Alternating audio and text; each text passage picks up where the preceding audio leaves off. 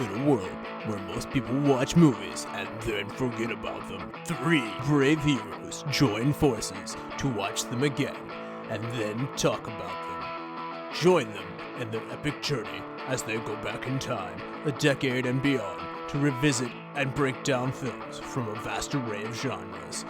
Do these movies hold up over time? Are they classics? Find out on Retro Movie Roundtable. Starring your hosts, Brian Fry, Chad Robinson, and Russell Guest. Coming now to headphones in your ears.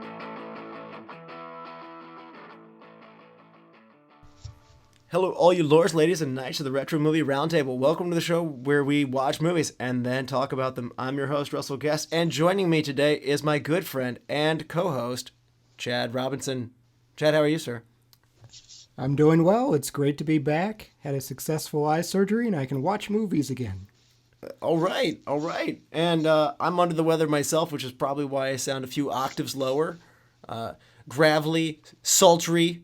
Hit puberty. Yeah, exactly. All these things. Things are changing for me. Yeah. Peter Brady. Yeah.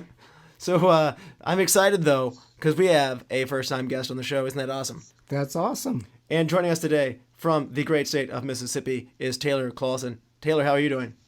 I'm good. Good to be on here. All right. So people want to know more about you, so we're going to let them in. Are you ready? Yes. So what is the last movie you saw? The last movie I saw was In the Tall Grass, which is a Netflix original. Okay, Stephen King, yeah. Stephen King and Joe Hill. I read the short story before I saw it, and so I was interested to see how they could turn a short story into an hour-and-a-half long movie, but they did it, and they did it very well. Memorable creatures. Yes. So you've seen this one, Chad? I have, yeah. Thumbs up for you? Mostly, yeah. I like Gerald's Game as far as Stephen King short stories being turned into movies more, but yeah, it was pretty good. Okay. And Taylor, who is your favorite director? Big question, I know. Yeah, it's been a while since I've seen one of his movies, but I'm a big fan of Tim Burton, especially circa the 90s and the early 2000s. Yes. I removed Planet of the Apes remake and the Willy Wonka remake, and then I also love Tim Burton. Alice in Wonderland? I actually okay with that. I had a good time. All right. Yeah, that's a pretty good, refreshing remake of the Alice in Wonderland, in my opinion. Yeah. Again, there's only 2 blemishes that I would say. Mm-hmm. But, I mean, Big Fish is another really great one. Yes. And, I mean, even later ones like Frankenweenie, I'm good with that. Yeah, Frankenweenie's good. That's a lot of fun. So, what is your first movie theater memory? I know this isn't the first movie I saw, but I distinctly remember seeing Jerry's Game, which is a Pixar short that came on before A Bug's Life, in theaters, and being, one, very confused about the plot line, but also just astounded by the computer animation. So it was A Bug's Life, but... It was A Bug's Life, okay. But I know I saw movies before that in theaters. That's okay. It's hard to sort that out. Have I ever asked you that one, Chad? What my first? Yes, and I shamefully had to admit that I cried during The Land Before Time because Sharptooth scared me. There's no shame. I still cry. It's sad. No, I cried because I was afraid of the giant dinosaur. Oh, I thought you were saying that. Oh. No, not that they died of extinction. Just no. Okay. Giant T-Rex. Okay. Yeah. Thanks for revisiting that. Okay. And what movie would you want to remake, Taylor, if you could remake any movie? I'm a big Harry Potter fan, so if they could redo the Harry Potter movies now that the series is finished and so they know what's important, that would be great. Would you do something differently, or you just want to live it again? There's just a lot of plot points that were important but had to be cut out because they would have made one of the earlier movies too long, but then it became very important at the end, and so they had to very clumsily introduce it and make it seem important in 10 minutes rather than it having been brought up before. So you're going to go more faithful then? Yeah. Okay. I'm sure it would make a ton of money all over again. Yes, it would. Mm-hmm. By the way, have you been watching the Fantastic Beasts series so far? I have. I saw the second one very recently. And? They're going off the deep end. Okay, so this is too far for you. They're trying to make it too complicated, and they're changing things that are in the established universe, and they're getting really crazy with the plot twists. This sounds like the Hobbit movies where we introduced a love triangle. Yes, it's very similar. They're making up siblings that didn't exist, and now people have siblings that would be like 50 years younger than them. They're going off the rails. That's actually a good comparison, I think. Yeah. Today's movie is what, Chad? Oh, brother, where art thou? Oh, brother, where art thou? This is from the year 2000. It's a Y2K movie. It grosses $1.936 million. It is a December release, and so it straddles the year, so it makes another $1.6 million in 2001.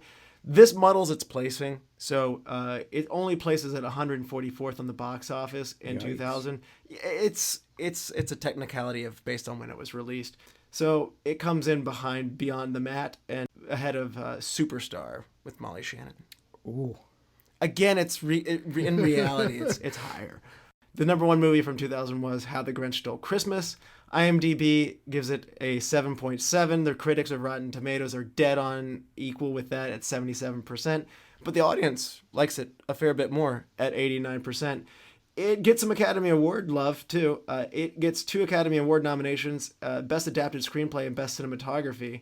And Golden Globes-wise, it's a winner for George Clooney, Best Actor in a Motion Picture, Musical, or Comedy, and nominated for Best Motion Picture, Musical, or Comedy, although it lost to Almost Famous, which is not quite a musical or a comedy, I should note. Yeah. So that year in the Golden Globes has me scratching my head. And where are the soundtrack love on these? Like, it did win a Grammy for Best Soundtrack. That's a good point. But Oscars, come on. Yeah, that's true. But it did win a Grammy, so someone out there appreciated it. That's a good point. Taylor, obviously you've seen Oh Brother, Where Art Thou? What was your first time seeing it? What was it like coming back to it? Now give us your background on it. So the first time I saw it was actually when it came out on VHS or DVD. So I was about 10 when it came out, and so most of the humor went over my head, and the only thing I remembered were A Man of Constant Sorrow and the scene where Pete gets turned into a toad. Everything else gone. And then when I was in college, it was my roommate's favorite video, and so we watched it, and that's when I really appreciated it for how funny it was. Okay, so by going away from it a long time, then coming back to it, you saw it on another level then? Yes. Okay. And so you said the humor came back to it. What was it like coming back to it today? I mean, I still love it. I quote this movie all the time. It's one of my absolute favorites. So watching it again is just more stuff to appreciate. I did notice this time what Pappy O'Daniel's first name is, which I had never noticed before. Yeah, Menelaus. Menelaus, based on King Menelaus from the Odyssey. Yep. Oh, nice touch there. We're getting right into it. That one, I actually missed that one, and I've seen this a ton of times. So yeah. Yeah. Oh no, I have too. And this was the first time when I heard them say that, I was like, oh, that's why he's named that. Now, Chad, had you seen Oh Brother, Where Art Thou before? I hadn't. This was actually one of the movies I had checked off and said, oh yeah, I've seen it. Nope. Totally haven't. Oh, really? So first time watch, what was your take on it? Not to get too too much into spoilers, but I had a really good time. That's awesome. So what did you think you were getting in for?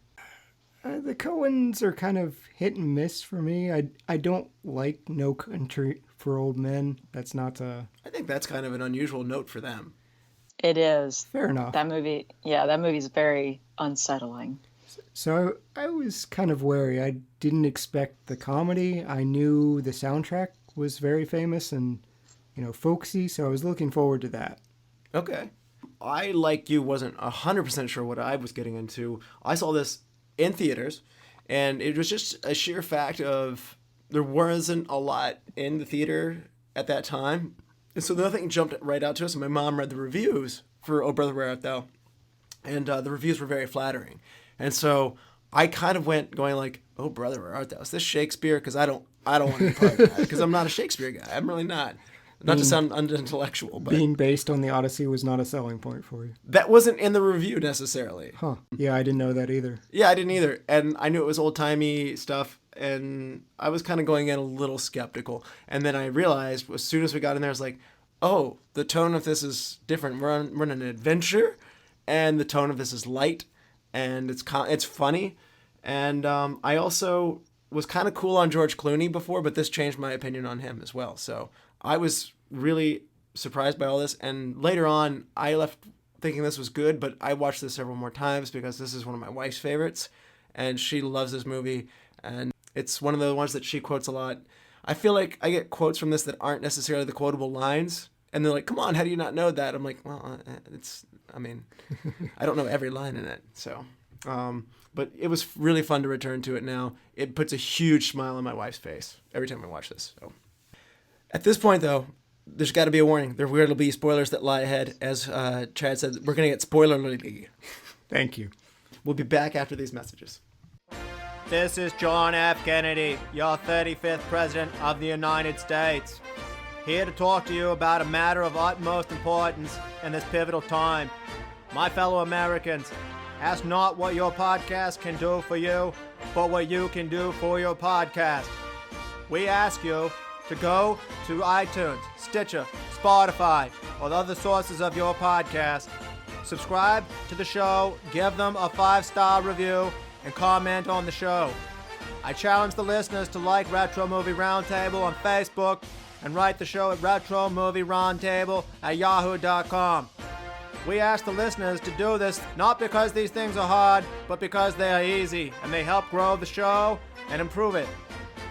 Let us not seek the Republican podcast or the Democratic podcast, but the Retro Movie Roundtable podcast. Thank you, America.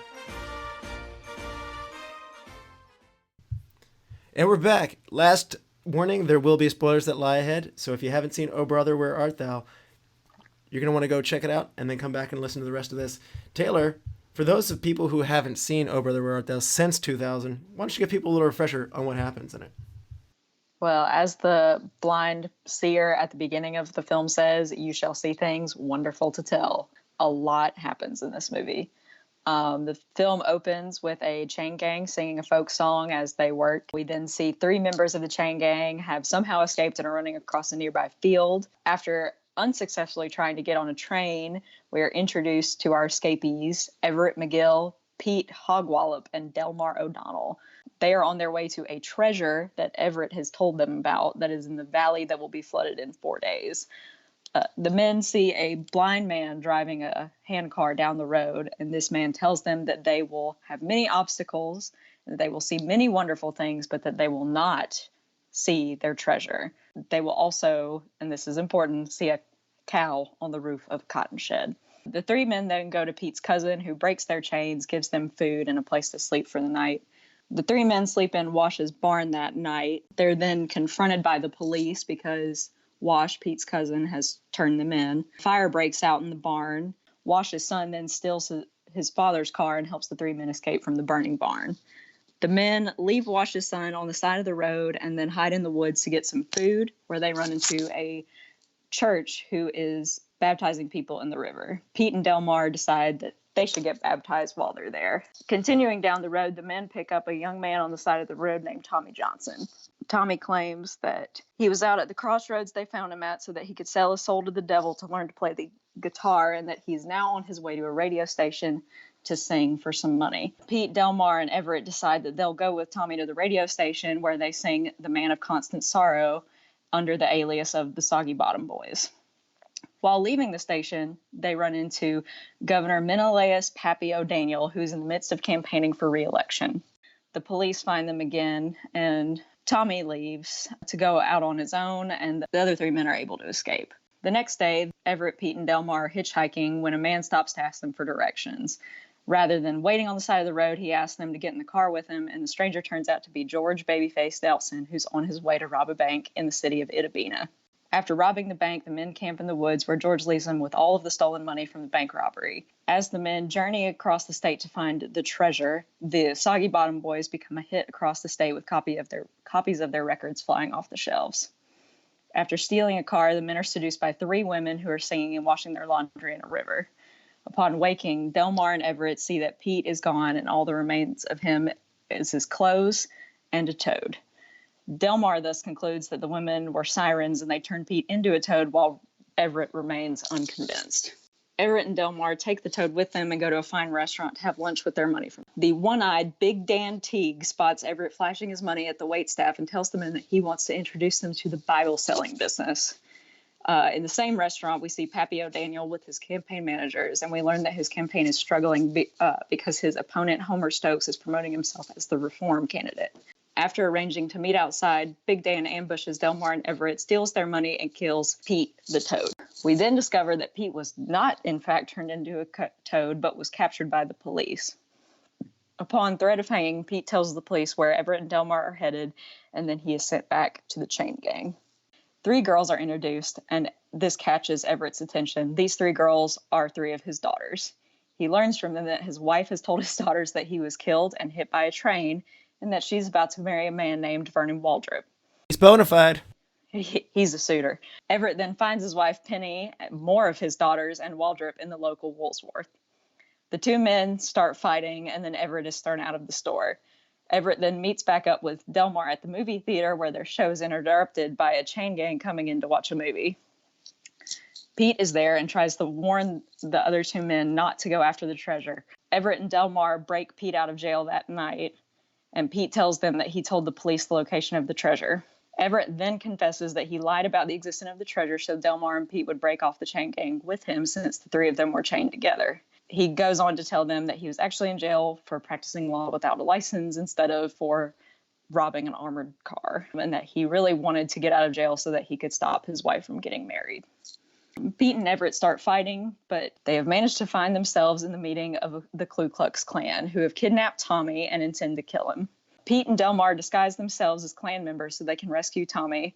During their rescue mission, we discovered that the leader of said KKK meeting is gubernatorial candidate Homer Stokes, and Big Dan Teague is also in attendance at this meeting. Our trio manages to save Tommy and break up the KKK meeting and make their way back to town, where they disguise themselves so that they can break into a Homer Stokes campaign rally where Penny is with her fiance, who happens to be Stokes' campaign manager. We also see that Pappy O'Daniel is on his way to this event to try to convince Waldrop to be his campaign manager instead. During this campaign event, the men start to perform Man of Constant Sorrow and discover that they have become famous overnight.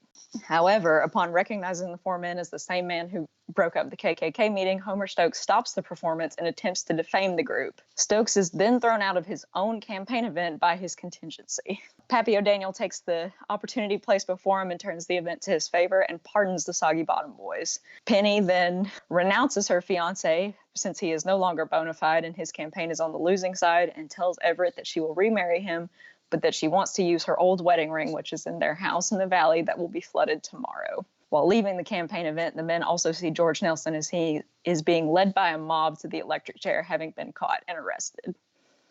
Everett and his companions head to the valley to retrieve Penny's ring, but they are confronted by the sheriff who's been chasing them. Facing death, Everett begins to pray to God, asking for forgiveness for his prideful ways. Just in the nick of time, the valley is flooded and saves our heroes. While floating on various pieces of furniture, we see a cow standing on the roof of a cotton house, and Tommy, who happens to be floating on the desk that holds Penny's ring. Everett returns the ring to Penny, and they plan to get remarried until Penny sees that the ring Everett has is not her wedding ring, but a family heirloom.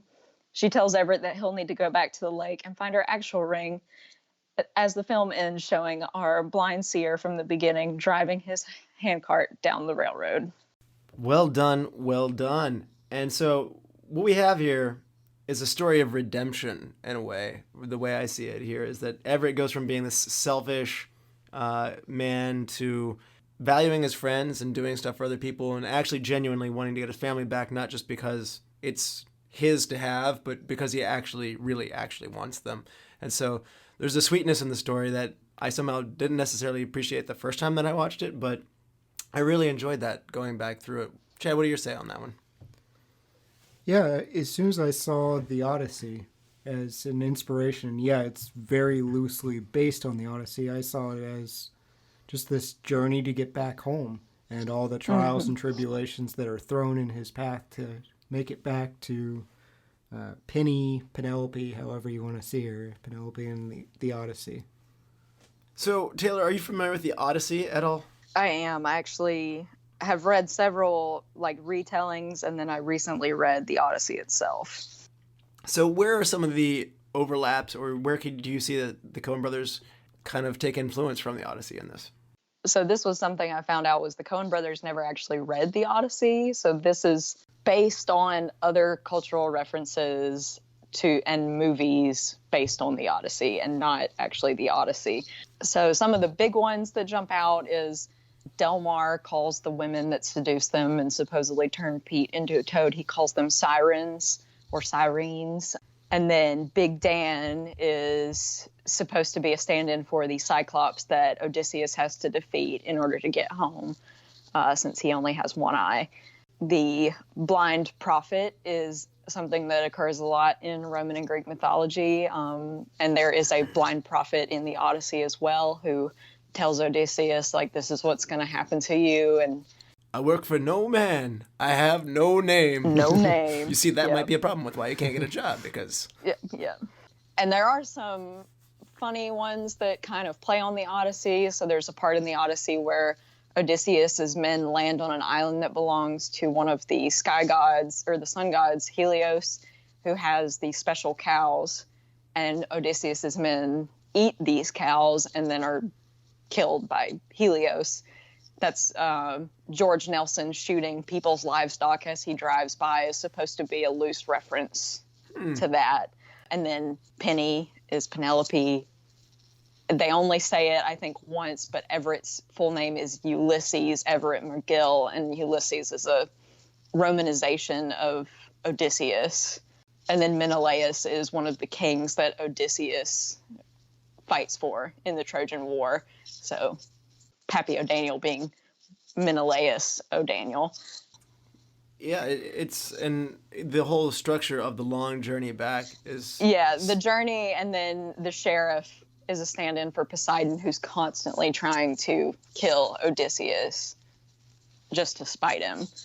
So yeah, but the journey itself is a big reference.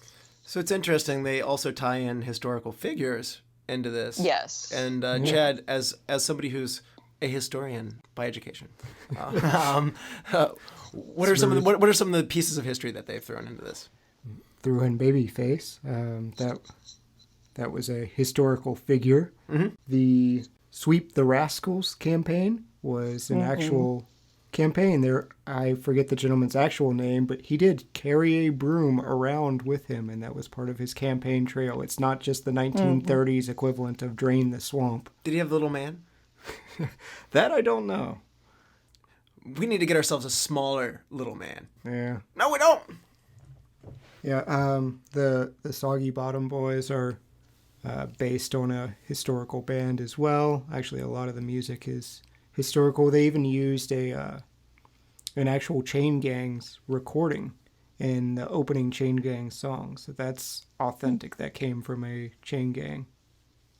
Yeah. So it's interesting to see these two worlds collide, and just very interesting on that. And I don't know if I'm stretching it too much, but maybe one last one is in the Odyssey, you have a battle between, correct me if I'm wrong, the Trojans and the Greeks. Spartans the didn't Greeks, fight. yeah. Yeah, okay. The Greeks and the Trojans. And in that, you've got a gubernatorial battle between the two different sides, whether it be Pappy O'Daniel or whether it be... Homer Stokes was definitely King Priam. Yeah. Yeah.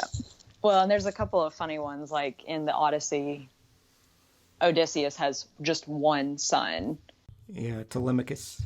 And instead in this, it's Everett has 6 daughters. And then instead of Penny having 20 suitors, she has one suitor, Vernon. 20 suitors. Wow. Yes, because they're living in her house and eating all of her food, and that's why they need to go. Yeah, he had to kill all of them. Yep. There was a stunning lack of shooting arrows through axe handles, though. Yeah. There was a near impaling of the Cyclops, though. He almost blinded the Cyclops with the flag. There was. Yeah. Yep. Yeah, but no sheep riding. Like they strap themselves to his livestock. Well, they right snuck. underneath him. Well, in a way, they did sneak into the KKK clan by putting the cloaks on. So Yeah. that's kind of going in disguise. But this was against Polyphemus, the Cyclops. It's not a 1-to-1. No, it's not. But I appreciated No. their efforts. Yeah. But I mean, going back to the redemption too, I think that this is an interesting story of Delmar and Pete get baptized, and they view themselves as kind of wiping their slate clean and turning a new leaf. And it's interesting to see there's also the story of salvation within this as well. Yeah, Everett. It seems I'm the only one with no affiliation. Because Yes. Tommy had sold his soul to the devil. Oh, son, for that you sold your only soul? I figured I wasn't using it. So yeah, this is a great adventure, and it's a funny movie as well. Taylor, what are some of the things that, again, this kind of caught me off guard when I went to see it. What are some of the good moments that just kind of make you laugh? Oh, there's so many good lines and just back and forth in this movie. Just the way Everett, George Clooney's character, talks in general, trying to be really slick and saying as much as possible, hoping that people aren't paying attention to everything that he's saying. And then just his interactions with Pete and Delmar are hilarious, from when they catch gopher and are eating gopher in the middle of the forest to riding with George Nelson, and Delmar says, "Friend, your folding money's coming on stow." There's just, and then Everett's daughters when they're telling him about their soon-to-be stepfather. I was not hit by a train. Best thing you did for them Warpy gals was get hit by that train. I had to admit, like, the Penelope character threw him for such a loop when she's like, it's got to be the original ring, and Yep. I felt like she was giving him a very hard time there at the end. Yeah. She seems fickle. I don't know. That's Penelope's role in the Odyssey, though. She's the reason for the journey. Okay, so she's got to hitch her wagon to a winner then. Yeah. Yeah, and in the Odyssey, she has to be really clever because these men may come in and kill her son. So, she's had to be really clever being a woman in the 1930s with 6 children and a husband sent off to prison. Yes. And what was it he kept claiming? I'm the paterfamilias. Yes. Yep. An unexpected line from him. Yep. Chad, do you want to give us a cast rundown on the crew from Oh Brother Where Art Thou? I would love to. George Clooney, he plays Ulysses Everett McGill. He's the smooth-talking vagrant. You might recognize him as the guy that almost killed the Batman franchise. Talked about that a little bit earlier. John Turturro, he's Pete Hogwallop. He's one of the escapees with Everett. He actually represents mutiny. The sailors mutinied against Odysseus in the Odyssey. I always recognize him as Emilio from Mr. Deeds. Okay. Tim Blake Nelson, he plays Delmar O'Donnell. He's kind of the dim-witted escapee with Everett, and he represents foolishness as far as Taylor talked about Helios' island. John Goodman, he plays Big Dan Teague, the Cyclops of the Odyssey. Holly Hunter plays Penelope, which is Everett's estranged wife. Penny. Yeah, Penelope. Chris Thomas King is Tommy Johnson. He is a black musician who winds up representing Athena, giving the tools to Ulysses on his way. There's Charles Durning. He is Menelaus Pappy O'Daniel. Obviously, Menelaus, we know who he represents. Wayne Duvall, Homer Stokes, who is the KKK leader and politician. Ray McKinnon is Vernon Waldrop, and we talked about how he represents Penelope's suitors. Daniel von Bargen is Sheriff Cooley, and Taylor did mention he's essentially Poseidon in this role. He makes Odysseus's journey difficult. And the sea kind of comes at the end to Yes. wash him out. So Yes. that's kind of a connection as well, maybe. A little irony. Yeah, that's a great one. And so, Taylor, what do you think about the cast here? Like, let's start with George Clooney. Is he right for this role? Oh my gosh, yes, he's perfect for this role. He has the good looks to go along with the charm that he needs to be in order to be Everett, to be the smooth talking guy who always tries to get his way. Yeah, despite what he did to the Batman series, like what Chad was alluding to, there's something about his role in this movie that makes him, you just can't not like him, even though he does things that aren't very nice, whether it be like stealing Pete's brother's watch or lying to everybody. It's one of those things that even though he's totally out for himself, you can't help but you kind of like him. He's so charming. It is hard. Yes, and he makes me want to drink coffee. Get some Dapper Dan hair gel. Yeah. No, I'm not. I don't want fop. Man, he had some brand loyalty to that one. It's my understanding there is a Dapper Dan hair gel now, as a result of this movie. Oh, good on them for capitalizing. Yeah. Yeah.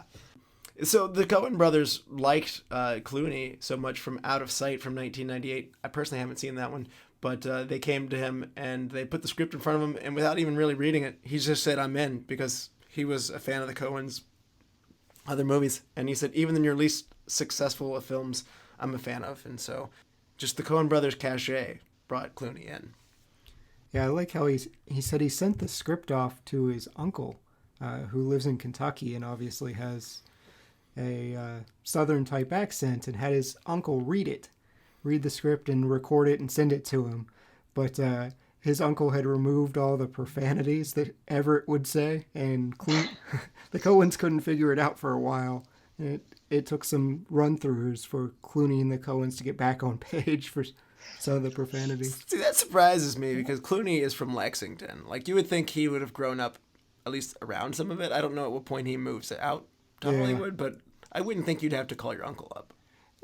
It's nice to get reconnected with that accent and how things might be phrased.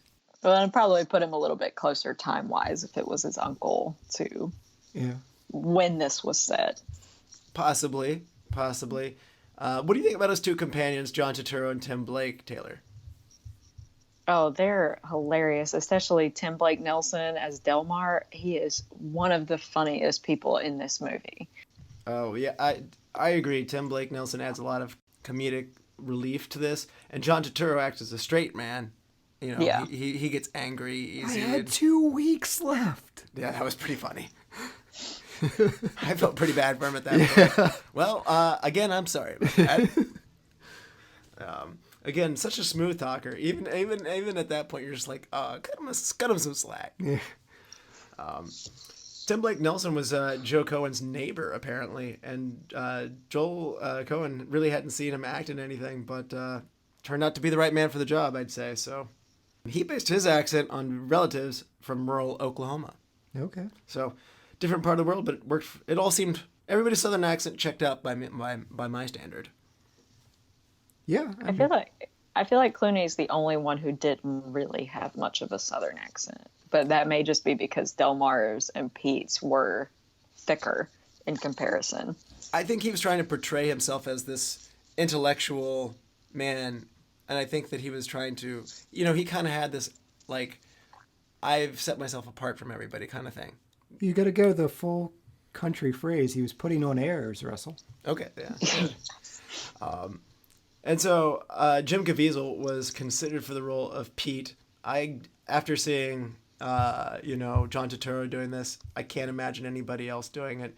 And it was one of those funny things he said during casting. They really liked the fact that he had bad teeth. Fair enough. Yeah. Mm-hmm. And Turturro called this a hillbilly musical comedy adventure, which is a great way of putting it. Yeah. Yeah. So many colorful characters along the way, though. I guess I want to talk about John Goodman is so good at, like, this guy can't be trusted. Like, there's this menacing face to him. Mm-hmm. He's so good in this. I'm a John Goodman fan, and he's just great in this, even though you hate his character. I wish they'd change the name, though, because when I hear Big Dan and see John Goodman, I'm like, oh, Dan Connor from Roseanne. Yeah. Oh, that's a good point. It's too close. I hadn't made Big that Dave connection. or something. I was able to separate the two, but I see that now. Yeah. So, what do you think about the writing? We talked about how that it's a takeoff of the Odyssey in a way, but it's interesting. Joel Coen revealed that he was actually inspired by The Wizard of Oz, and that it had three saps on the run kind of notion to it. And he was saying that they were trying to get home, and there's no place like home was even considered to be a tag for the movie. And so at the same time that we said this is like the Odyssey, it's also like The Wizard of Oz. Taylor, did you see that in any of this? I can totally see that. It's basically just the journey archetype. So it's going to have a lot of similarities to lots of cultural touchstones. So is Delmar the man without a brain, and he's the scarecrow, and Everett is the man without a heart? Maybe. Yeah. He's the Tin Man, or is he Dorothy? They do pick up friends along the way, as well, whether it be Babyface Nelson or Tommy or Pappy O'Daniel. I mean, so they're collecting friends, so to speak, as they go through this. And then another interesting comparison. There's so many comparisons in this, but it's fun when you mix resources. But Joel Coen said that there's a lot of Three Stooges in this as well, and that's the comedy that you see. Yeah. Again, Pete's the straight man, for sure, and you got Tim Blake Nelson's the lovable idiot. Pete is the worst whisperer ever. Don't seek the treasure. We thought you was a toad.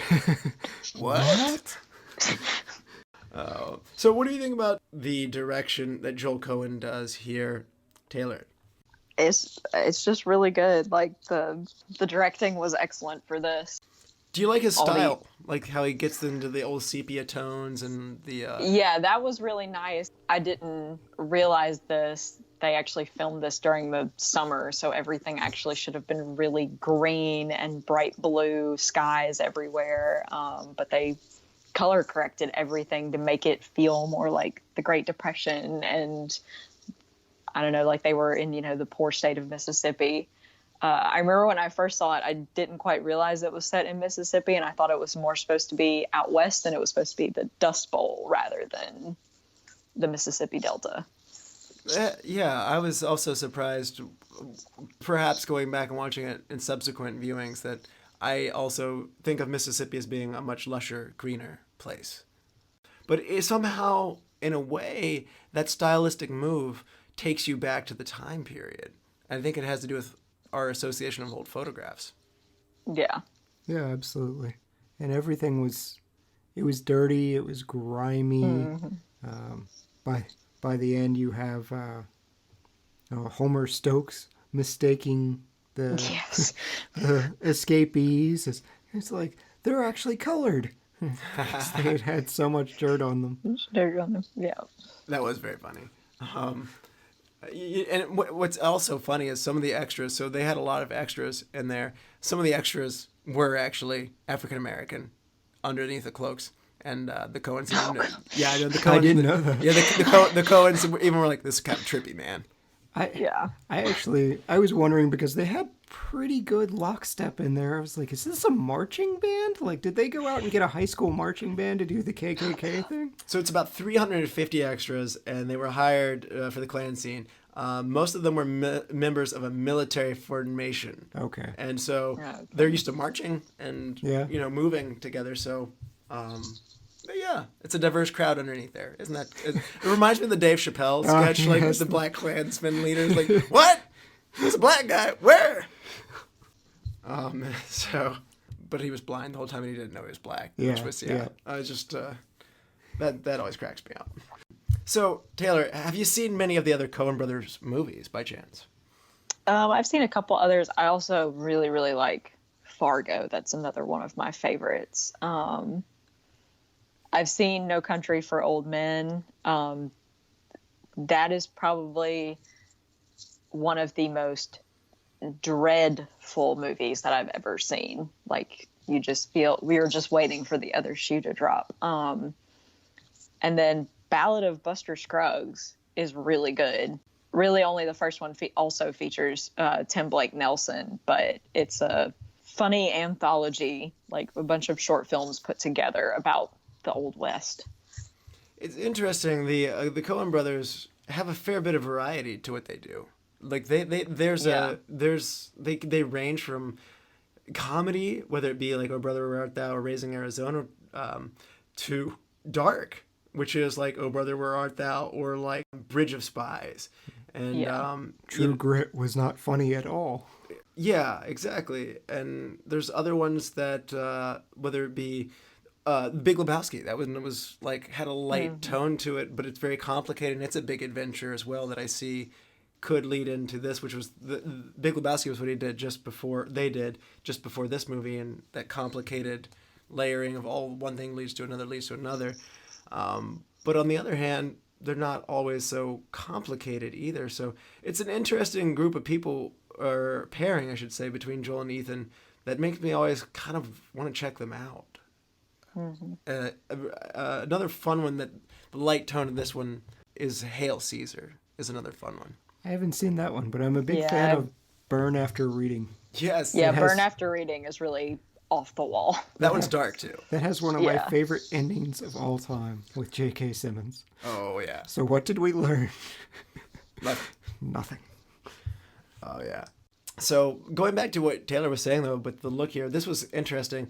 As they mentioned that Mississippi was greener than Ireland, that the cinematographer, Roger Deakins, worked to favor a dry, dusty Delta look of the golden sunsets. And so in order to get that, they tried to tint the picture manually, but it didn't work out.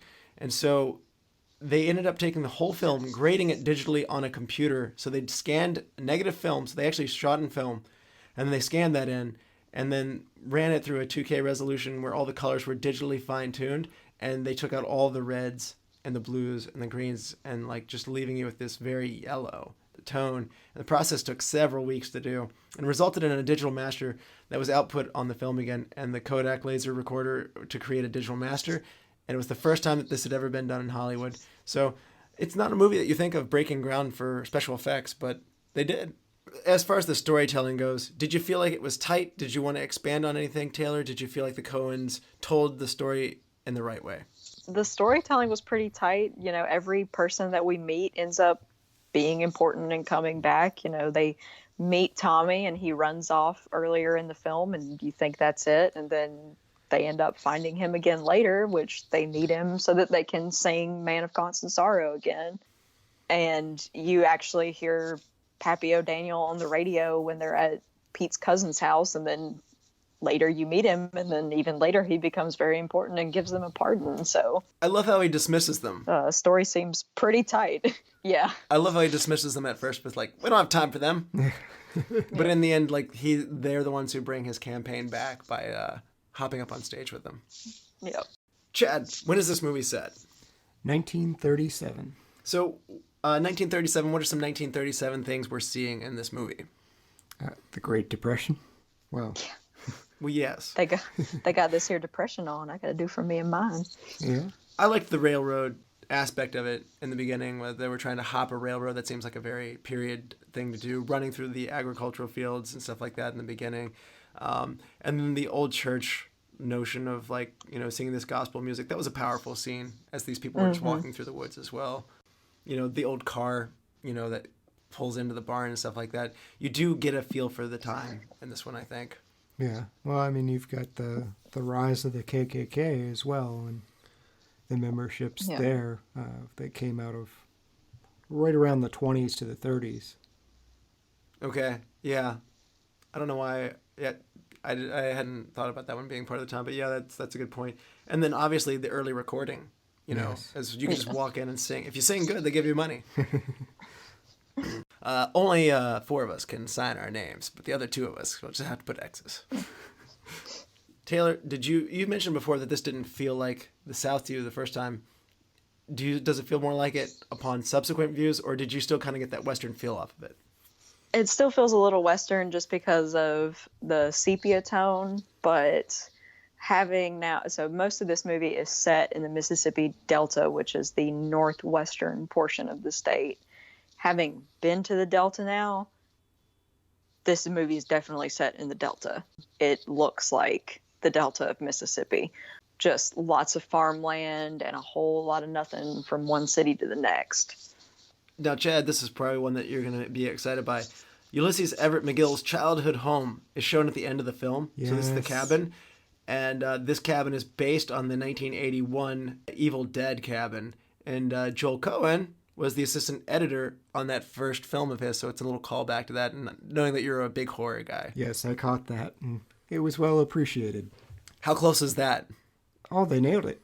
I mean, it looks maybe a little smaller in scale, but yeah, they nailed the exterior. I figured that would make you happy when I read that. It did. So, what are some of your favorite looks in terms of the clothes and the wardrobe of this movie? Taylor, do you want to go on for this one? Well, I love Everett with his hair. Always putting pomade in it, and him with his hairnets. And that's the one thing he has to get when they go to the store. I got a big kick out of Vernon Waltrip, the suitor. Yeah. Like he looked like he was out of a barbershop. Yeah, with like, his hat. And kind of looked suit. straight out of Gangs of New York. I mean, Fought like it too. I somehow that took me off guard because I felt like I was going the other direction. I was thinking like he looked like a nerd from like a barbershop quartet, but then like he pulled out these old timey boxing moves, and Yeah. so I didn't see that coming. Chad, any other fun wardrobe pieces for you?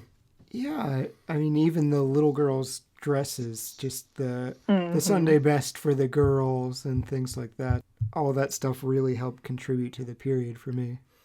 And going back to Big Jan Teague, I like the fact that he looked like he was a man of wealth, but in reality, he's just putting on a show and he's deceiving people.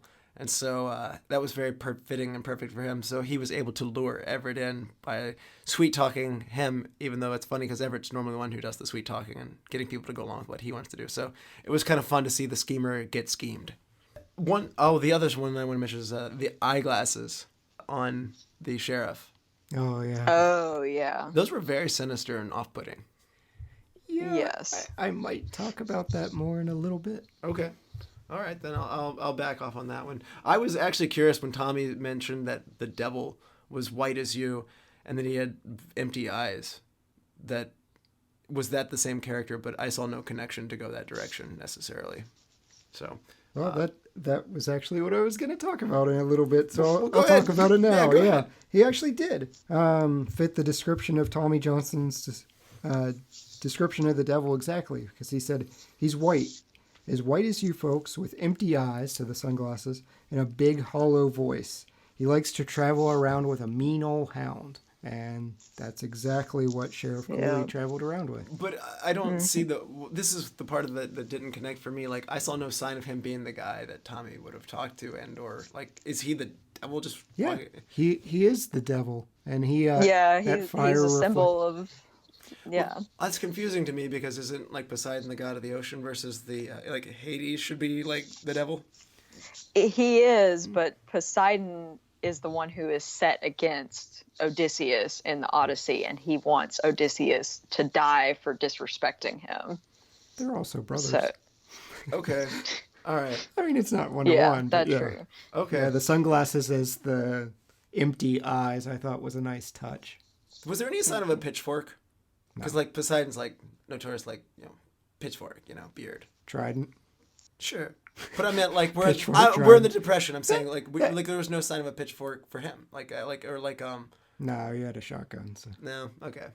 Special effects. We talked a little bit about the sepia tone on this, but the cows looked so real that the animal activists actually got upset with this when they mistook the computer generated cows for real, and they demanded proof that this was not real cows, and so they showed them how it was done. And after seeing the demonstration, they changed the no animals were harmed during this to scenes that may appear to place an animal in jeopardy were simulated, which is a far less common message on movies.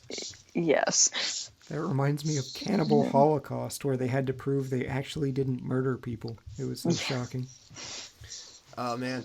The other one that was a effects-driven thing was the flood, which I loved this. It was very stylistic. It was late in the movie, as Taylor was alluding to, with the cow on top of the barn. But just the cans of fop. Or sorry, not fop. Dapper Dan. Dapper Dan. Dapper Dan. Floating around, the glasses from the sheriff all washing away. And the music was beautiful at this part. This was a really nice transitional scene. And that was all the special effects there as well. Even though it's an old-timey movie, any other special effects that you guys wanted to call attention to? As far as lighting, I thought they did an outstanding job of making the KKK scene just vibrant and pop at night with the fires, with the red flares on the uniforms, with the burning cross. I mean, all of these are bad things, but it was a beautiful shot and a great job of lighting. Yeah, there was something really sinister about that. Yeah. Yeah. And it does make you wonder, like, how much time did they put into their choreography? Like, Right. I mean, as a hate group, like, if you're thinking like if you're hateful and you hate other people, like, how much time did you put into that dance? Yeah. Yeah, someone's got to learn to march to the Grand Imperial Dragon and the Grand Cyclops or Exalted Cyclops. We have to hold back an entire race of people, but before we do, we Yeah. have to mention this dance number. 1, 2, 3, 4. 1, 2, 3, 4. Dave, you're phasing on your steps. Just pick up your robe. I still wasn't clear how Big Dan was able to detect that they were there. Was it just the sound of their voices? Yes. Okay. Yeah. I guess they were more distinct than I realized. Soundtrack. This is a great aspect of this movie. Taylor, tell us about the soundtrack of Oh Brother, Where Art Thou? So the majority of the soundtrack from Oh Brother, Where Art Thou is, as they say, old-timey music. It's lots of folk songs from this era. You've got On the Highway that the girls sing at the end. Big Rock Candy Mountain plays at the beginning when the men are first escaping from prison. Man of Constant Sorrow, I think, is one of the only like new quote unquote songs that's in the movie. It was released, I think, before the movie came out, and then was put in the movie. And they dubbed a lot of famous country singers in for things like Man of Constant Sorrow and for some of the campaign songs more towards the end of the film. It went a long way to give the character of the movie the place and the time, I thought.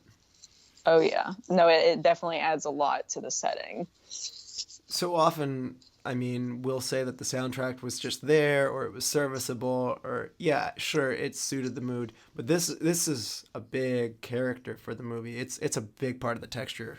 Yeah, I mean, Alison Krauss winds up contributing, Emmylou Harris, Patty Loveless. There were inspirations from African American spirituals. There were Baptist songs. Any good Baptist like me would say, I love I'll Fly Away being included in anything. So all the Baptists are like, yep, that song, great. Yeah. So by early 2001, it sold 5 million copies and it spawned a documentary film, 3 follow-up albums called Oh Sister and Oh Sister 2, 2 concert tours, and it won Country Music Awards for Album of the Year and Single of the Year for Man of Constant Sorrow. It actually outperformed the movie. Yeah, I mean, it's really impressive that this happened when it did. This is kind of... it happened on its own too. Like if you told me this happened later, like when Mumford and Sons and like the Lumineers and, you know, of Monsters and Men, like the folk alternative indie revival had happened later, I might actually even believe you then. But for 2000, this was not the state of country music. This was not the state of popular music. And it's really cool that this is something that happened at that point in time. Because, I mean, 2000, you're in the middle of boy band craze still. That's an unfortunate point. It's true. Yeah. It's tearing up my heart when I'm with you. But deep inside. Our podcast listeners can't tell, but I am staring a hole through Russell. I'm just trying to make him stop talking. Everybody, rock your body. Right. I just... Bye. There's going to be an assault on the podcast. I want it that way, Chad. So, yeah, he's angry at me for bringing that up, but... I will hit you, baby, one more time. Taylor, is there a musical moment that stands out for you, especially in this? Like, I mean, there's Man of Constant Sorrow. that's perfect. Yeah, that's the whole thing. It's probably the most famous song from the movie, and just them singing it at the beginning. I was heartbroken when I learned on rewatching that George Clooney could not actually sing and that they had to dub that in. It was too good to be true because, like, It you know what was. George Clooney talks like, and when he opens his mouth is like, that's not him. Like, I had that right away. I was like, So Dan Tymoniski was the guy who did that. But hey, Clooney did put the dance moves on. Pretty sweet moves with his feet. He can't have it all. He can't look like that, sound like that, and then sing like that. No, just too much. No, we can keep in mind there's the Batman thing, though. Yeah. He needs some humility in his life. Yeah, so he's human. bring up nips on Batman. Yeah, he's not Tom Brady level of like, what is it you don't do? I have to hate you for everything. So no, he's another step down from Tom Brady. Because if Tom Brady played Batman, it would probably turn out great, and you'd just still hate him again. Yep. I kind of want him to now, just to ruin that for you. I don't want that. No, I don't want that. So Tim Blake Nelson though actually does sing his in the Jailhouse now. Yeah. He did. Yeah. And somehow when they're lip syncing in Man of Constant Sorrow, it still seems like extra funny. I don't know why it puts a big smile on my face that that that's not Turturro especially, but I enjoy that. And I don't know that we mentioned this. Tommy Johnson is based on a famed blues guitarist. Yes. Okay. Yep. And he accordingly sold his soul to the devil as well. So, yeah. So another tie-in to an old legend of the time. Seems like a good stage thing to do now, What, sell your soul to the devil? No, yes, I'm saying you had like the whole Marilyn Manson thing, like you're like I'm part of the Antichrist or whatever. But like, have you actually seen like a devil, like a theatrical person come out and be like, I sold my soul to the devil, so now I'm really good at rock and roll. I feel like Ozzy Osbourne had to have done that at one point in his life. I don't know. It's a marketing opportunity. If you're in a band, you're looking for a thing, try that out. Calls himself the Prince of Darkness, surely. Maybe, I don't know. If he bites bats, I know that. Taylor, look for this. Are there any look for this moments that you want to call attention to? Well, the first one, and I didn't know this, the name, Oh Brother, Where Art Thou? I'd always wondered where it came from. It is based on the film Sullivan's Travels, in which the protagonist is a director who wants to make a film called Oh Brother, Where Art Thou?, which is a book supposedly about the Great Depression. Wow, that's a deep cut. I never got... Yeah, you're right. Actually, I almost judged this movie based on its title, and I never stopped to ask myself, why did they call it that? That's a really good find. Chad, do you have any look for this moments? We talked about most of mine, but I think one of the fun things in the movie that makes you like the characters a little bit more is when they're stealing food from a window. There's a pie or some pastry in the window. I think it's Delmar that runs back and puts money underneath the rock. The rock, yep. Yeah, because he got baptized. He's a new... He doesn't do bad anymore. Yeah. I like the... So the historical babyface Nelson was a real gangster who was known for his hot temper and trigger finger, but he was shot to death by FBI agents in Barrington, Illinois, in November 1934, which is 3 years before the setting of this film. So that part wasn't exactly accurate, but it's a fun part of the story to put in here. Yeah. Yeah. Mm-hmm. Taylor, any other ones? Not that, well, so Pappy O'Daniel is also based on a real person. There was another Pappy O'Daniel who's the governor of Texas, who was also associated with the flower industry. And I think he's one of several politicians who used the broom in his campaigns. Well, it's funny you should mention that. In the beginning, when they hop on a train, I had to read this one. I did not find this one on my own. But when they hop on a train and George Clooney's asked them, are any of you boys Smitties? And they're sitting on some sacks, and those are sacks of Pappy O'Daniel flour. Oh, man. Yeah, so that's a deep connection to what you just said. So I actually didn't connect it all until now. So, Chad, any other ones for you? No, I think we've covered, the Evil Dead cabin, the original Chain Gang music, and Sheriff Cooley as the devil. I got one last one, and there's a bust of Homer in the restaurant behind Pappy O'Daniel. Oh, really? Yeah. I didn't catch that. Oh. It's a little nod there as well in the setting. So, it's my favorite time of the show. Taylor, are you ready to hand out some more words with us? Think so. Let's start with you. Who is your MVP of Oh Brother, Where Art Thou? I mean, George Clooney just makes this movie. I mean, he's the main character. He probably has most of the lines, and he's the whole reason that they're going to seek this treasure in the first place. It's my favorite George Clooney performance. I don't know about you. Where does this rank in your terms of your George Clooney performances? I'm trying to think of other George Clooney films I've seen, actually, but this is definitely at the top for me. I mean, he's just so funny and likable, even though he's not the best person in the world. I think his humor really shines through in this one. I mean, Yes. so often he plays the cool guy. Yeah. And I like the fact that he's the cool guy, but I like that he's thrown into a situation where he's off-put just enough to become indignant at times or to be frustrated. And that's a humor mode that really works for him, I think. And Yeah, it works well in the Ocean's movies as well. to a lesser extent, but yes, also. Yeah, I would agree with that. Chad, MVP. I have to go with Clooney. I don't think this movie works if Everett isn't completely charming, and that's really Clooney's wheelhouse. Oh, that's 100% true.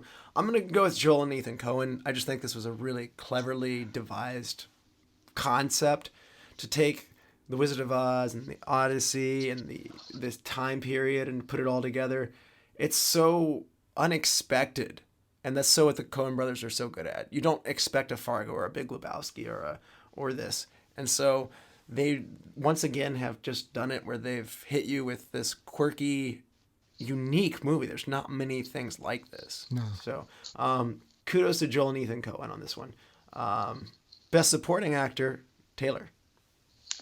I'm going to go with Tim Blake Nelson on this one. He manages to play the dumb one of the trio so well. And he has so many great lines that some of them, if you're not paying attention, you don't even appreciate. Oh, he is great. He's great. That, you know what? That's mine as well. He adds so much comedic value throughout the whole movie, right from the beginning too. Like when he's like, "Well, we're gonna put this to a vote. I'm voting for yours truly. I'm voting for yours truly too." Okay, I'm with you, fellers. Yeah, his folksy mannerisms and just even his deductions of they loved him up and turned Pete into a horny toad. Like he had me convinced. I'm not entirely sure, Delmar, that is Pete. Yeah, I love him. He is absolutely lovable in this. So so that was a clean sweep for you too. Yep. All right.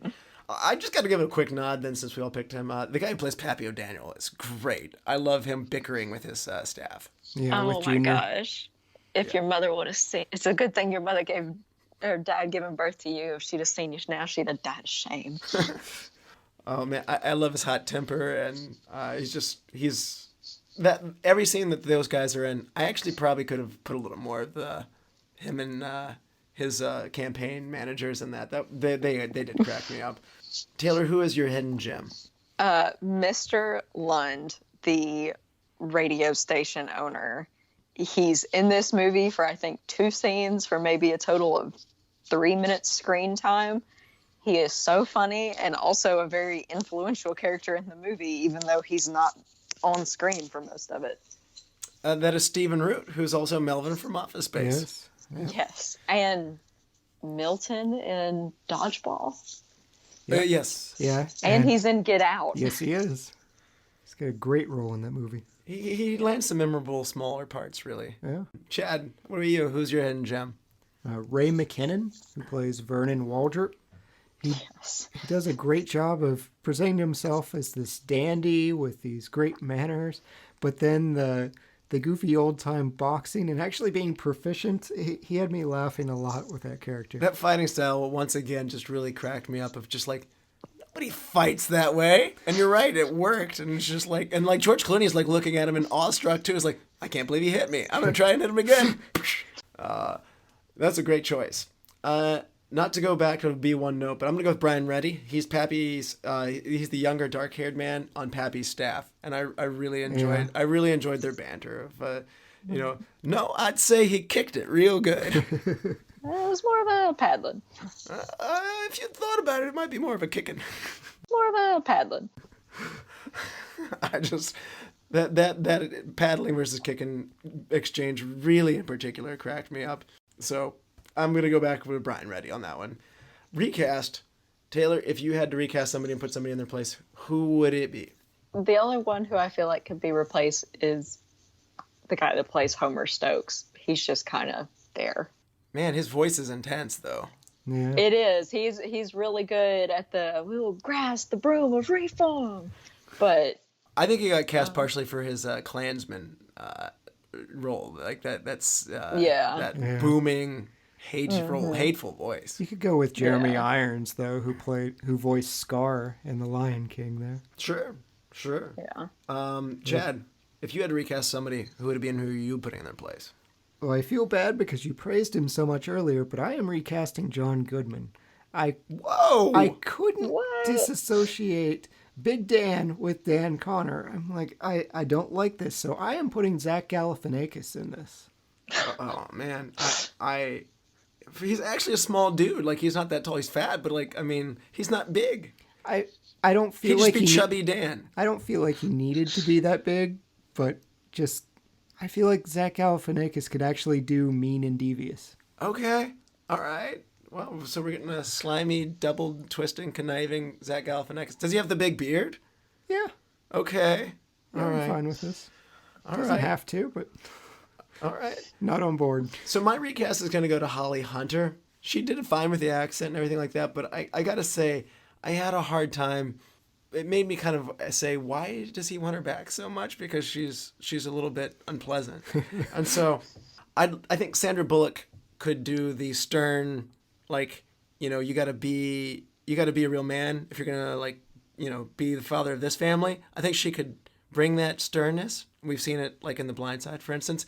But I also think that she could convey a little bit of warmth in the role. So I'm going to go with Sandra Bullock in the role here for Penny. Was there anything redeeming about Penelope in the Odyssey, though? Like, She does. So, you know, she's got Odysseus is gone for 20 years, and so everyone just assumes he's dead. But rather than deciding to court these suitors, she tells them, well, I've got to make a funeral shroud for my father-in-law because he's about to pass away, and it would be a shame if he didn't have a beautiful funeral shroud. And so every day she goes and weaves one on her loom, and then while all the suitors are asleep, she unweaves it so that she's never finished, so that she can't get remarried. So she is holding out hope that Odysseus will return. Oh, that would have been a nice little touch to have in this as well. yeah. Not immediately marrying the first bona fide suitor. He's bona fide. Yeah. I love those little girls who do that. It's like, what do you mean you're not? I'm not your daddy. They were great. Just a great spot on the L&N. So, best shot of the movie, Taylor. I'm going to go with what you said earlier. The flooding of the valley was very nicely done. That's a beautiful shot and Yeah. very poetic too. That's in a movie that is very cleverly crafted. I think it's a beautifully crafted image. That I'm not saying the rest of the movie doesn't live up to that, but that was a really cool moment. Oh, and that's like the only time we get to see blue in the movie, because even when Pete and Delmar get baptized, it's like brown, dirty Mississippi water. That's a really good point. That scene probably should have like a whiteness to it, I would think. But you're right. Chad, what about you? Pete's interrogation for me. You see the lightning going on behind Pete as the noose comes down. You see the officer with the flames in his glasses, and it's just very menacing and dark. Dark moment. Okay. My best shot is actually at the very early part of the movie. They hop a ride with a guy, I believe this term is a gandy dancer on the rail line. And so the old man pushing this lever up and down, carrying them into town. And it's the blind prophet. And as the shot finishes that scene, they look up, and there's a beautiful one-point perspective that alludes to there's a big journey that lies ahead, and it's going to take a long time to get there. And I just like that. It's very emblematic of the road that lies ahead in the movie. Seeing as how nobody picked it, I wanted to call attention to the movie opens up on a black and white image, and then it pans across the fields and then goes to the chain gang and then turns into that sepia tone. At the end of the movie, it transitions back to black and white too at that bridge. A nice little open and close, kind of like if you're a book fan, like a sense of cover to cover of the story. Best scene of the movie, Taylor. Soggy Bottom Boy scene when they first go to the radio station. That's when music goes from being just, in the background like it is for most films to this is going to be a big element throughout the rest of the story. it adds a lot of energy, doesn't it? It really does. It does. That's a very powerful song, sung very well. And that's when their fate starts to change because they get money from singing into his can. And I love throughout this, we didn't really talk about this, that there was this mysterious artist that nobody knew who they were and they wanted to get them signed. Yeah. And yeah, you're right. That was an interesting subplot. And they were so busy running from the law that they didn't know, and certainly didn't have time to listen to the radio to know that they were a smash hit. What a fun idea that would be. It'd be like putting something out on YouTube and not checking your YouTube feed, and then having millions and millions of hit. Mm-hmm. Like Chocolate Rain. So Chad, what is your best scene? The water nymph scene, for reasons. No, I actually enjoyed it because it's probably one of the closest allusions to the Odyssey as far as Calypso's island. So, and everything that spawns from that scene is just hilarious. So, question. They turn Pete, and wouldn't you rather carry the smallest man in the group, who is Delmer? Yeah. Like, I mean, I get not picking up George Clooney, but I mean, I was sitting there kind of going like, why'd they get the, like, maybe, I don't know if he's taller or tallest, but I mean, like, they certainly didn't get the smallest guy to carry. Yeah, he was the biggest threat, maybe, so get him out of the way. If he's 2 weeks out, also, I'm got to think he's got a lower hit on his head, too. Like, you know, like, I would think that he'd have a lower reward. But it was nice, because Odysseus's men did get turned into animals, and so... They got turned into pigs and then killed, yeah. So...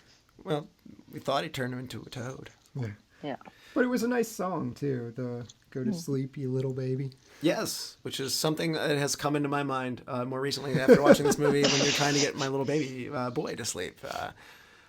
Yeah, it doesn't work. No.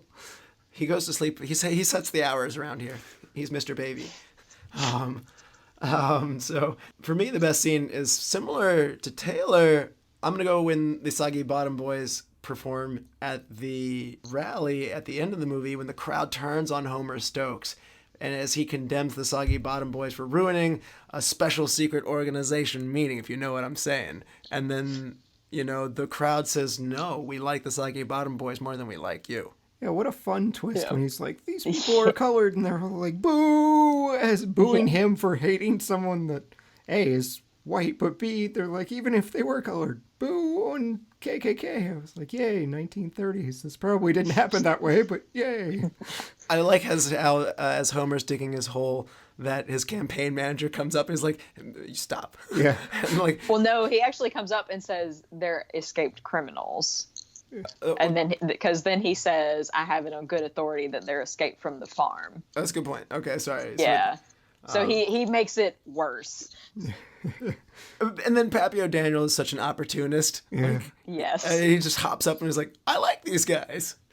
So the Soggy Bottom Boys swung the election in the gubernatorial race for Mississippi. So that's my favorite one. And I don't know, watching a Klansman fall on his face. Get publicly shamed. Get publicly shamed. It's rewarding. I don't know. It really is. Yeah. Just change one thing, Taylor. Oh, I don't know. I like this movie so much. I don't know if there's really anything you could take out. Add another music number somewhere. Yeah. Add another song to make it even better. Yeah. Chad, what about you? Change one thing. When Odysseus returns home, he's recognized by his dog, Argus. I want Everett to have a dog that recognizes him, because Penny doesn't at first. He's got the beard and everything. I wanted there to be a dog there that recognized him, and he kind of has to shoo away. Oh, nice touch. Oh, but that's so sad because the dog immediately dies when he sees Odysseus because he's like 22-year-old dog. We can change that part, but I want him to kind of... That part she said is sad. I'll change that part too, but I want him to kind of have to kick away a dog that recognizes him. Okay. My change one thing is going to be there are not a lot of women in this movie. And so, I mean, there's Penny. She's not that pleasant, as I said. Yeah. I think it would be interesting if on their excursion, though it's a long journey, that they encounter women other than the sirens who actually say nothing. They sing, but they don't say anything. So I think it would be interesting if, while meeting Tommy and George Nelson and Big Dan, if if any of these characters might be female along the way. The women of the Odyssey, with the exception of Penny, are largely not nice.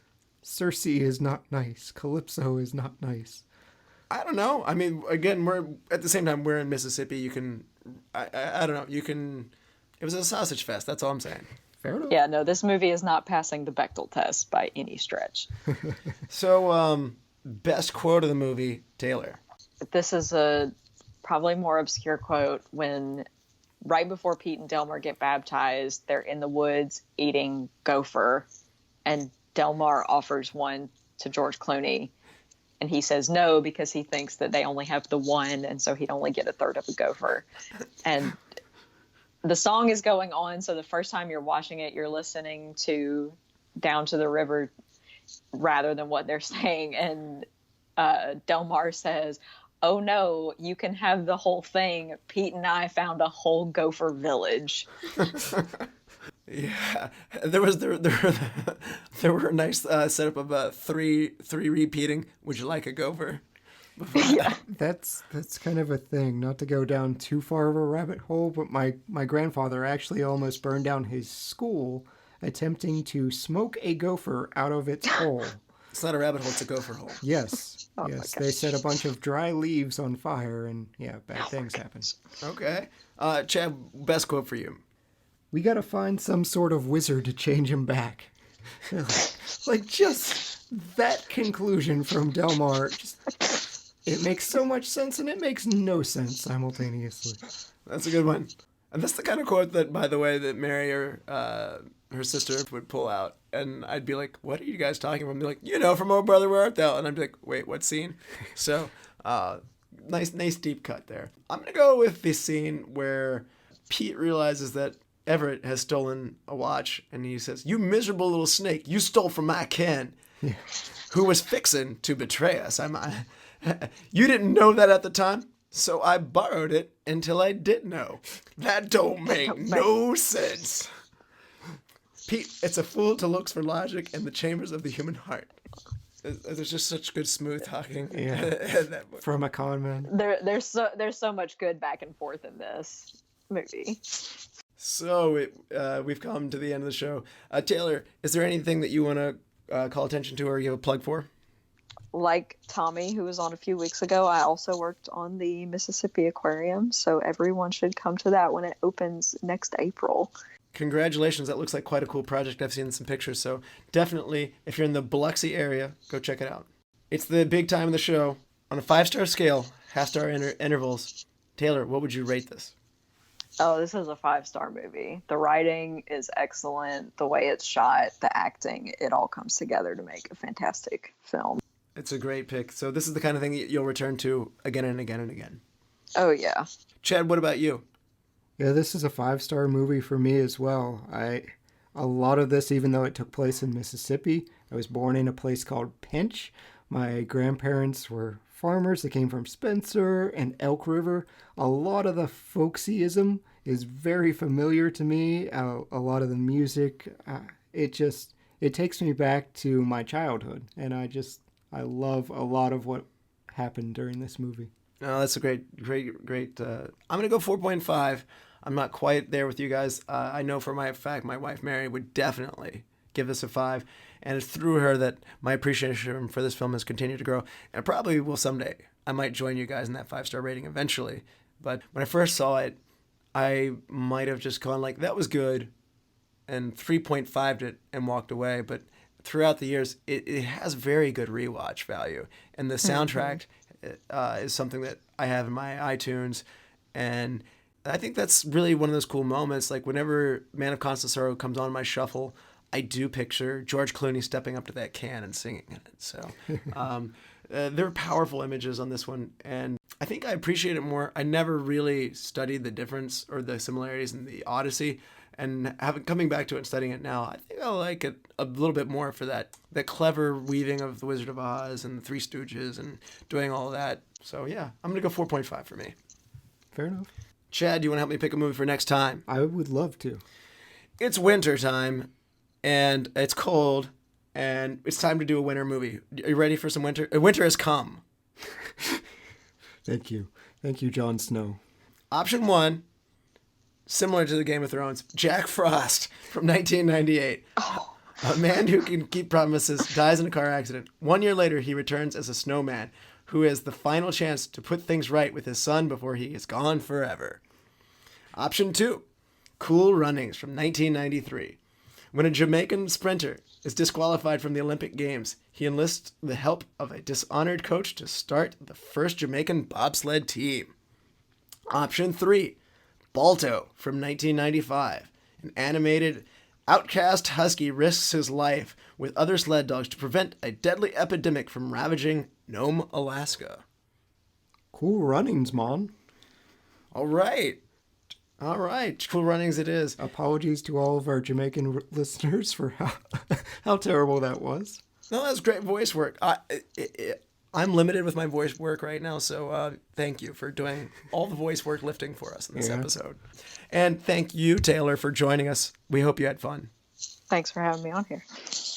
Yeah, thank you so much. And to all the lords, ladies, and knights of the Retro Movie Roundtable, we want to invite you to reach out to us. We want to hear from you. Subscribe, rate, and review to us on iTunes, Spotify, Stitcher, Google Play, or wherever you get your podcast. Give us a like on Facebook. Follow us on Twitter at @movie_retro. Email us at retromovieroundtable@yahoo.com if you want to talk more to us, or if you want to be on the show. As always, thank you for listening. Be good to each other, and watch more movies. Chad? I've got to go with Tennyson here. We are not now that strength which in old days moved earth and heaven. That which we are, one equal temper of heroic hearts, made weak by time and fate, but strong in will, to strive, to seek, to find, and not to yield.